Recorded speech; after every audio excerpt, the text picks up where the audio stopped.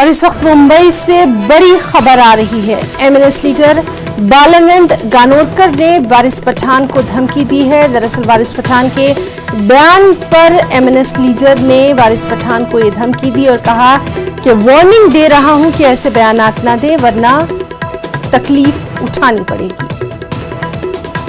तो इस वक्त की अहम खबर, एमएनएस लीडर बालानंद गानोटकर ने वारिस पठान को धमकी दी है।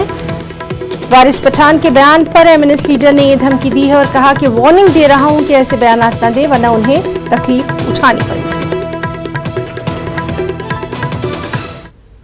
100 कोटी लोगों के ऊपर भारी पड़ेंगे। जो बयान आपने किया है ना, वो आपने शायद सोच समझ के नहीं किया है। हिंदुस्तान के मुसलमान जो है वो इस मट्टी पे प्यार करने वाले हैं, वो हमारे हैं। पर आप जिस मुसलमानों के बारे में बात करे हो, वो बांग्लादेश और पाकिस्तान में तुम्हारे बाप है क्या? मेरा नाम बालानंद गानोटकर है और राज ठाकरे का मैं एक कार्यकर्ता हूं। ज्यादा बकबक करेंगे तो तकलीफ होगी होगी होगी।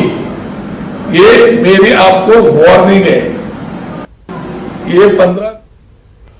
और चलिए सीधे रुख करेंगे मुंबई में मौजूद हमारे साथी अमित राय का। अमित, जिस तरह से कल से ही लगातार हम देख रहे हैं कि वारिस पठान का जो बयान है उसके बाद से तमाम तर जो रिएक्शन है वो आना शुरू हो गए हैं, रद्दअमल आना शुरू हो गए हैं, क्या कुछ और आज?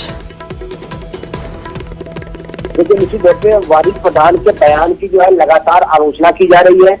जिस तरह से उन्होंने बयान दिया कि 15 करोड़ जो है 100 करोड़ से बाहर, इस पर हमने देखा कि जो मुस्लिम संगठन है, जो मौलाना है, चाहे दूसरी जो सभी राजनीतिक पार्टियां हैं, वो सब जो है इस बयान की आलोचना कर रही। बीजेपी ने तो यहाँ तक कह दिया कि ये मोहम्मद अली जिन्ना की भाषा जो है बोल रहे हैं। उसके बाद हमने देखा कि आज मनसे ने साफ तौर पर कहा कि इस तरह की बयानबाजी बर्दाश्त नहीं की जाएगी और वारिस पठान को रहने नहीं दिया जाएगा अगर वो अपनी जबान पे जो है लगाम नहीं लगाते हैं। तो जिस तरह से उन्होंने बयान दिया, कहीं ना कहीं उससे मुस्लिम संगठन भी नाराज नजर आ रहे हैं। उनका साफ तौर पर कहना है जिस तरह से सीए, एनआरसी और एनपीआर को लेकर जो है पूरे देश में जो है देख रहे हैं कि हर जगह जो है यहाँ पर रैलियां हो रही है, लोग जो है सरकार के खिलाफ जो है एक दूसरे को संबोधित कर रहे हैं, हर जगह जो है भाषण दिया जा रहा है। ऐसे में इस तरह का भड़काऊ भाषण देना कहीं न कहीं देश के लिए खतरा साबित हो सकता है।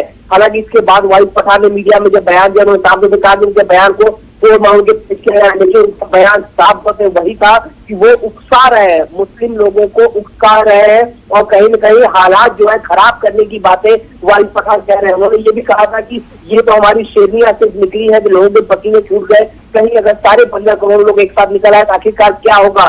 उन्होंने एक और लाइन कही कि अधिकार जो है मांगने से नहीं मिलता है, छीनने से मिलता है। तो कहीं न कहीं लोगों को उकसाया जा रहा है और लोगों को जो है जानबूझ के जो है उन्हें भ्रमित किया जा रहा है, ऐसा आरोप साफ तौर पर लग रहा है। और कहीं न कहीं सारे मुस्लिम संगठनों ने और सारी राजनीतिक पार्टियों ने चेतावनी दी है वारिस पठान को कि वो इस तरह की बयानबाजी न करे वरना इससे जो है हालात जो है मुल्क का वो बिगड़ सकता है।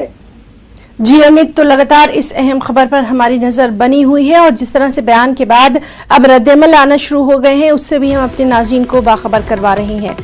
तो मुंबई से ये अहम खबर जिसमें एमएनएस लीडर बालानंद गानोटकर ने वारिस पठान को धमकी दी है और वारिस पठान के बयान पर एमएनएस लीडर ने उन्हें धमकी दी है, उन्हें वार्निंग दी है।